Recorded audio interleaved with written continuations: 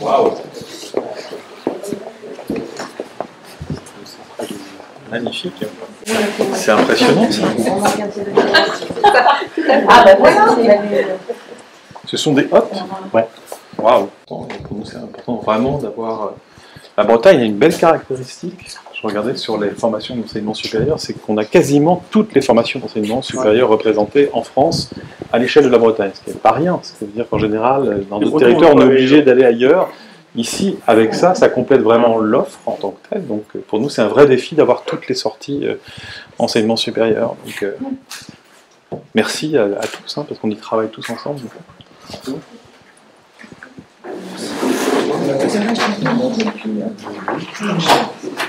Bien, bonjour à toutes et à tous. Je vais être assez brève hein, pour introduire cette conférence de presse. L'idée, c'était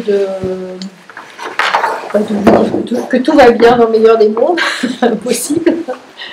Sur l'avancée des travaux, on est toujours dans les temps, même si on a eu quelques petits sujets sur certains postes compte tenu du contexte d'une entreprise. Hein. Donc vous avez sans doute ça en tête, on en avait déjà parlé lors de la précédente conférence de presse, mais tout va être géré pour que ce lycée soit opérationnel à la rentrée prochaine. Donc il n'y a pas de, en tout cas pour la région Bretagne, pas de difficulté à réaffirmer que ce lycée sera bien ouvert à la rentrée. On avait eu une conférence de presse en mai, je crois. En décembre, oui, en décembre, pardon.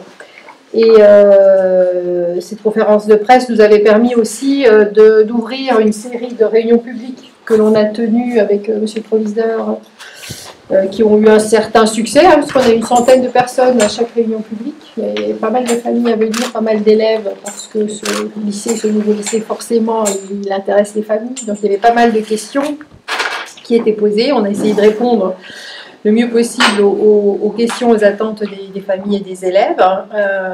Donc voilà, le bâtiment, vous l'avez traversé, même si c'était assez rapidement, vous voyez, ça va être un établissement très agréable, hein, très lumineux.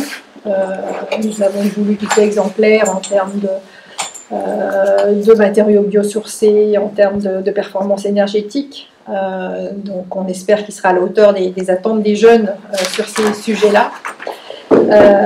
Et puis voilà, il y aura sûrement des sujets de transport qui seront abordés par la suite, mais là aussi les choses sont calées avec les services transport de la région Bretagne pour que le service soit adapté aux nouveaux circuits, aux nouveaux trajets et au nouveau parcours scolaire. Donc là aussi, tout a été organisé pour que cette rentrée se déroule le mieux possible. Petite nouveauté peut-être à indiquer, c'est le fait que ce lycée, on utilisera dans ce lycée la carte Corrigo pour rentrer dans le lycée, pour pouvoir accéder au self et puis bien sûr pour le transport des élèves. Donc c'est le premier lycée dans la région Bretagne qui permettra d'utiliser la carte Corrigo. On aimerait bien que ce soit dans tous les lycées, parce que cette carte Corrigo, on aimerait bien que ce soit une carte de territoire qui donne accès, une carte unique, une carte de territoire qui donne accès à pas mal de services et bien sûr tous les services dans le lycée. Que vous dire d'autre? Donc le transport, je vous en ai parlé. Donc là, les équipes se mettent en place, bien évidemment. Il faut préparer cette rentrée de septembre bien en amont. Je laisserai peut-être monsieur le recteur et monsieur le proviseur vous parler des équipes de l'éducation nationale. Mais en tout cas, pour ce qui concerne les équipes de la région, eh bien, les agents région sont déjà identifiés et viendront travailler dans ce lycée. Il y a notamment un encadrant service général qui viendra, qui interviendra à la fois sur le patrimoine et un agent qui interviendra sur l'informatique, un encadrant de restauration, un agent d'accueil, un agent de maintenance, un cuisinier et 5 agents du service général. Donc ça fait une équipe d'une dizaine de personnes qui seront là à la rentrée, dizaine d'équipes d'agents régionaux. Voilà ce que je pouvais vous dire. En tout cas, on est très heureux que ce lycée puisse ouvrir à cette rentrée. Il y aura une inauguration. Je peux d'ores et déjà vous donner la date. Ce sera le 29 septembre 2023. Donc, ce sera un beau moment. Évidemment, le président de région sera présent. On espère bien sûr monsieur le recteur. Il sera présent pour cette inauguration. Parce que c'est vrai que c'était un petit peu frustrant à chaque fois qu'on a pu organiser une réunion ici ou faire une conférence de presse de ne pas avoir la possibilité de visiter l'établissement. Là, ce sera l'occasion de le voir quasi fini, parce que je ne vous cache pas qu'il y a quelques petits espaces, des aménagements qui devront être finalisés ensuite. Là, on ouvre pour 240, 250 élèves pour la première année du lycée. Et il y aura quelques aménagements qui devront être poursuivis au cours de l'année scolaire. Mais en tout cas, la base du lycée sera opérationnelle, les différentes fonctions seront opérationnelles à cette rentrée. Monsieur le recteur, je vous laisse la parole. Merci Madame la Vice-Présidente, merci de ces mots et merci surtout de la collaboration constante entre région et académie pour faire avancer si beaux projets. Il faut quand même se le dire, avec une méthode, j'allais dire, très labellisée Bretagne dans notre façon d'avancer, monsieur le maire, puisque on échangeait tout à l'heure sur les filières d'avenir et les territoires. C'est vraiment ce qui nous préoccupe en plein ici en Bretagne. Des filières d'avenir, ça veut dire surtout des lieux d'implantation. Ce lycée porte un magnifique nom pour la Bretagne, celui de Mona Ozouf, historienne non seulement célèbre mais très marquante pour la Bretagne, qui dans son beau livre Composition française disait que où que l'on soit en Bretagne, on doit pouvoir avoir des promesses d'avenir. C'est ce qu'elle dit dans Composition française, elle qui vient du village de Plouat, dans les Côtes-d'Armor. Ici, on est dans un tout autre territoire, mais je pense que ce nom est bien porté pour pouvoir penser l'avenir. D'abord parce que, évidemment, on a pensé dans cette carte de formation des formations originales avec ce BTS économie sociale et familiale. Monsieur le proviseur, c'est un vrai défi que vous portez, puisqu'aujourd'hui, ces métiers sont vraiment des métiers d'avenir, vous l'imaginez bien. C'est aussi comme ça qu'on raisonne aujourd'hui. Moi, je tiens vraiment à remercier monsieur le proviseur, parce qu'on s'est rencontrés dans mon bureau il y a à peu près 1 an. C'est ce que j'appelle aussi la méthode Bretagne, c'est-à-dire que, voilà, plutôt que faire arriver un chef d'établissement au moment où on ouvre l'établissement, on fait les choses très en amont, on prépare non seulement le lycée, on accompagne le chantier, mais on accompagne le territoire. Les familles, les visites que vous avez faites et auxquelles Madame la Vice-Présidente faisait référence, c'est évidemment quelque chose de très important pour nous, pour montrer pourquoi ce lycée est ici, en quoi il est attractif, en quoi il répond, j'ai écouté tes mots très précis aussi, aux attentes aussi niveau écologique de la jeunesse qui est très sensible à ces sujets. Et il suffit de lever les yeux pour voir combien on est dans un environnement qui respecte aussi des valeurs qui sont très importantes pour nous et nous toutes, évidemment. Et puis du côté de l'éducation nationale, vous voyez, là aussi, sans attendre, on a voulu que l'équipe soit ici, l'équipe de direction en tout cas, soit une équipe complète à la rentrée. En général, on a 33 ans pour doter une équipe. Là, ici, on souhaite à ce que l'équipe soit complète dès le début, monsieur le proviseur. C'est un signe non seulement de confiance, mais c'est un signe d'agilité pour pouvoir agir au mieux dans ce territoire. Et une quinzaine de postes d'enseignants aussi qui seront implantés dès la rentrée, là aussi pour montrer la dynamique territoriale en tant que telle. Donc vraiment, c'est le signal pour nous dans ce point, qui est un point d'étape avant cette belle inauguration qu'on aura ensemble le 29 septembre, de dire combien les 230 élèves qu'on attend à peu près dans ce lycée seront non seulement très bien accueillis, mais vont vraiment avoir ici un service public important pour pouvoir penser les filières d'avenir dans lesquelles, évidemment, ils vont pouvoir progresser par la suite. C'est vraiment un souhait tout à fait important pour nous tous. Et évidemment, quand on réfléchit à un lycée, on réfléchit à ce que ce lycée travaille bien, pour répondre aux attentes des 49 collèges de son environnement, 49 collèges pour ce lycée, communes, pardon, oui, et 49 communes, 49 collèges, ça ferait beaucoup à accueillir dans un seul lycée, il va falloir agrandir les choses, d'abord, et puis, évidemment, là encore, voir que vous faisiez référence au transport et à la logique de transport, effectivement, qu'on soit vraiment dans un écosystème parfait pour pouvoir penser cet avenir, et puis cet avenir qui doit être pensé aussi, nous en parlions avec monsieur le maire, en complémentarité avec les établissements de l'environnement plus élargi, évidemment, de notre belle institution. Monsieur le proviseur, quelques mots pour compléter les mots de votre recteur et de la vice-présidente de la région. Je vais essayer. Parce que vous êtes à pied d'œuvre tous les jours ici. Pas tous les jours, mais... si, tous les jours, tous les jours. Bah, il me tarde de voir l'établissement se remplir, en tout cas. Voilà, bon, c'est vraiment un superbe établissement. On ira, je crois, avoir au moins une salle de sciences. Il se trouve que jeudi dernier, j'ai fait visiter l'établissement à une enseignante de Paris qui est actuellement à l'École nationale supérieure de chimie et qui a répondu à un appel poste à profil pour la série technologique sciences physiques chimiques de laboratoire. Je ne suis pas vulgaire en disant je pense que c'est une pointure. Elle a été un peu estomaquée devant l'état des équipements alors que les salles ne sont pas encore complètement remplies. Bon. Il lui tarde aussi de venir enseigner et elle travaille avec les services de la région pour les équipements des labos.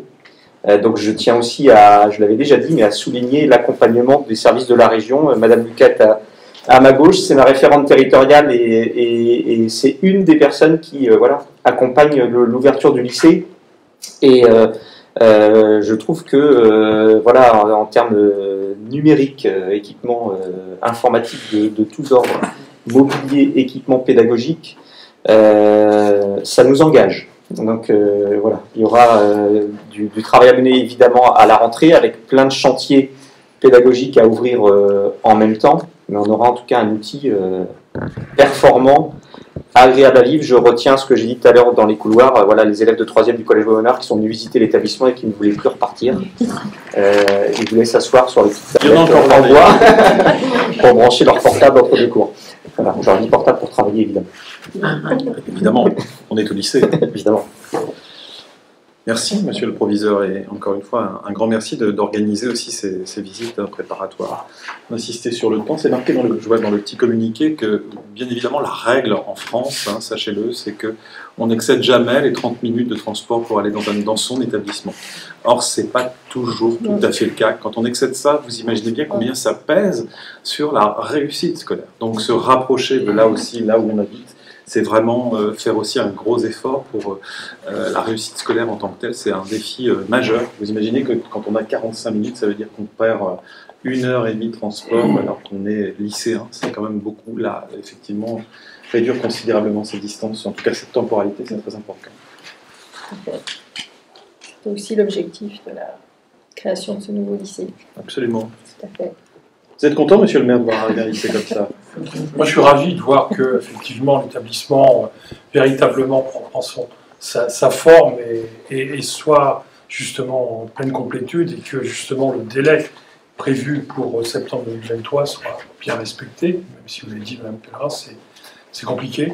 J'en sais quelque chose. Moi, j'ai construit une école ici sur la ville de Plouermel. Je suis obligé de différer son ouverture d'un an supplémentaire, puisque je me retrouve avec des problématiques de certaines sociétés qui sont en défaillance et c'est ainsi. Bon, voilà, pour autant, rien n'est perdu, il ne faut pas pour autant lâcher prise et on aboutira nous aussi.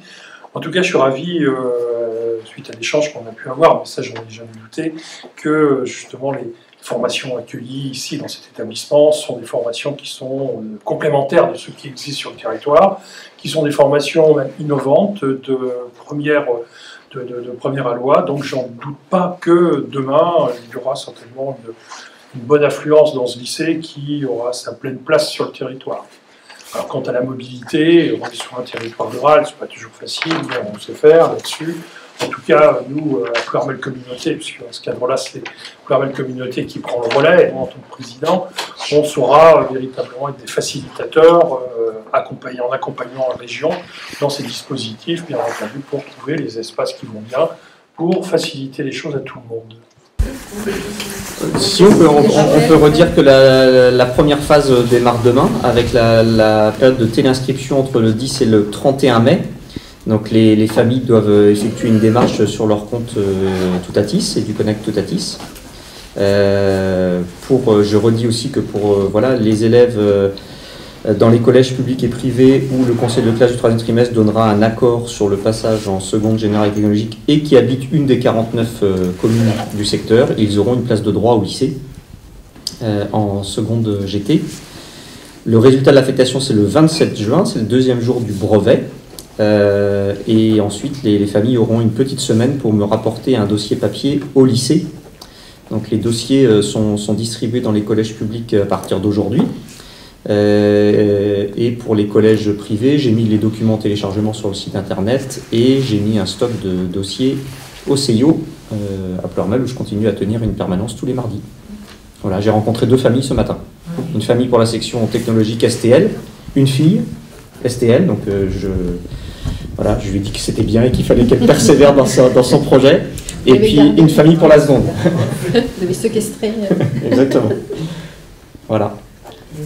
Peut-être dire le nombre de classes, de divisions. La projection, c'est 6 classes de seconde générale et technologique. Une classe de première technologique regroupant 25 ST2S et 10 STL physique-chimie. Et une demi-section de BTS ESF à 15 places. Je suis en train de classer les 302 demandes pour les 15 places, avec des demandes de... 302 demandes. Ouais, alors beaucoup des 4 départements bretons, mais 53, 72, 85, 44, 49. Il n'y a pas beaucoup de BTS ESF dans l'ouest de la France. Donc je pense que là, les services de monsieur le recteur et de la région Bretagne m'ont vu dans le mille. Je pense qu'on n'aura pas de... ESF, économie sociale et familiale. Il faut. On évite les acronymes. Oui, c'est mieux. Donc c'est formidable. Oui, puis alors je découvre Parcoursup de l'envers du décor après l'avoir fait pour mes 3 aînés. Il y a vraiment les 3 groupes, filière générale et technologique, filière professionnelle, et puis les autres dossiers, des étudiants qui sont en réorientation par exemple. Il y a beaucoup de candidatures de qualité. Je les classe en les notant à la fin. Ce matin, j'ai mis un 19 et quelques sur une jeune fille qui est en bac pro. Très bien. Donc je les fluote pour être sûr que ceux-là ils viennent à la fin.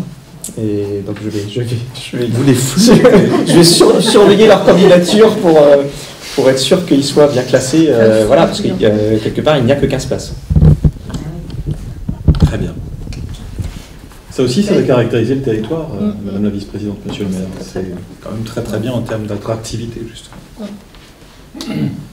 C'est vrai que la volonté qu'on a, même sur notre territoire, notre petit territoire, je dis avec humilité, c'est d'essayer de développer même des filières post-bac. Comme je vous l'exprimais tout à l'heure, Monsieur le recteur, on a un partenariat, un travail avec l'UBS, l'Université de Bretagne Sud, pour envisager des choses justement en continuité de ce qui est fait au niveau des lycées avec les BTS. Parfait. Très bien.